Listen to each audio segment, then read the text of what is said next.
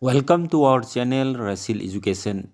Asi akhona discussion tawgadaruba asi First in India haiba topic aduni First in India haibdi India da ihan han oigiba sing masi statistic GK gi yamna maru oiba part amani amadi masi recruitment exam sing da su yamna kanagadaba topic ngaktani lakhallakliba question sing asi yamna maru oiba question khaktani nakoine masi fajana taraga wakhalda loksan ngamnanaba amadi memorize to ngamnanaba hotno haurasi ekoi discussion question da la asi hanba question da who was the first Chinese traveler to visit India question asigi arthana India de ihan hana lakhiba Chinese traveler adu kanano haiba option A da Wen Sang option B da Fa Hen option C da I Sing option D da Megasthenis.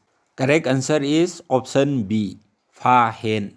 Fa Hen hariba Chinese traveler asina India da ihan hana lakhiba Chinese traveler ni. Wen Sang hariba asisu Chinese traveler ni mahakna India da 7th century da lakhi Asbardanagi timing da. aduga I Sing hariba Chinese traveler asisu India da Asbardanagi timing da lakhi. Megasthenis asina India ki ihan hanwa foreign traveler, first foreign traveler to India. Question number 2 da muk who was the first Chief Justice of the Supreme Court of India? Correct answer is option C Harilal J Kania. PN Bhagwati sisu former Chief Justice ni mahakna 1985 tagina 1986 fawba Chief Justice oirami.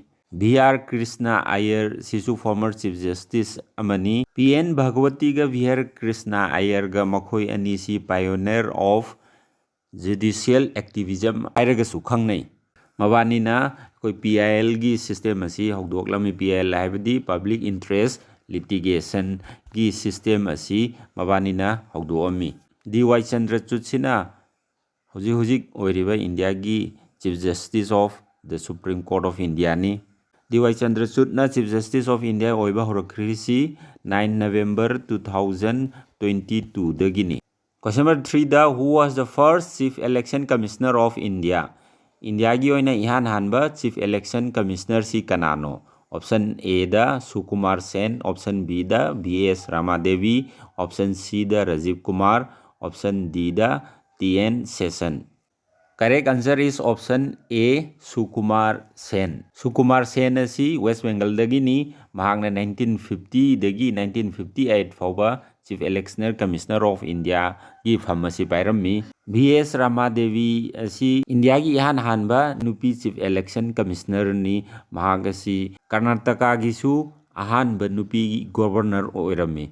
Rajiv Kumar asina present Chief Election Commissioner of India ni mahak hujik India ki Chief Election Commissioner ni mahakna phamasi 15 May 2020 degina hojik phawa pairaga leiri. TN Session asisu yamna maru oiba Chief Election Commissioner amani mahakna koi Election Code of Conduct aina hojik chatnariba asi mahakna hodokibani.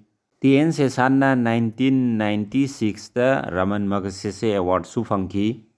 Question number 4 da who was the first president of India who died while in office? India ki ihan hanba president na tu kanano office ta leiringai da sikiba. Office ta leiringai da sikiba haibdi president oina sikiba India ki hanba president na tu kanano. Option A da APJ Abdul Kalam, option B da Dr. Zakir Hussain, option C da Dr. Rajendra Prasad, option D da Draupadi Murmu. Correct answer is option B Dr. Zakir Hussain. Mahak asi India gi ahum suba president ni amadi Muslim president ahan bani. First Muslim president of India is Dr. Zakir Hussain and he is also the first president of India who died while in office. Chandigarh da leiba Asia gi largest rose garden asi Dr. Zakir Hussain gi maming da tholi. APJ Abdul Kalam asina India gi 13 suba president ni mahakna 2002 dagi 2007 fawba president oirami mahak asi Tamil Nadu gi Rameswaram hairiba mafam aduda pokhi. APJ Abdul Kalam asi missile man of India hairagasu khangnai mahakna iramba larik kharagi maming hairagadi Wings of Fire, Ignited Minds, India 2020 hariba larik sing asi APJ Abdul Kalam na irambani. Dr. Rajendra Prasad sina India ki ahanba president. Draupadi Murmu sina India ki hojik oiriba president asini. Mahak asi Orissa da pokhi aduga mahak asi tribal community ki oiba ahanba president ni aduga nupi gi su anisuba president ni. First woman president na kana Pratibha Patil. Aduga Draupadi Murmu asi youngest person to become president of India. Khwaidagi sahi nauna president oiba misak amani. Hauzik hogda president singi manungda khwaidagi sahi nauna president oikibasi Draupadi Murmu ni. Aduga Draupadi Murmu asi first president born in independent India.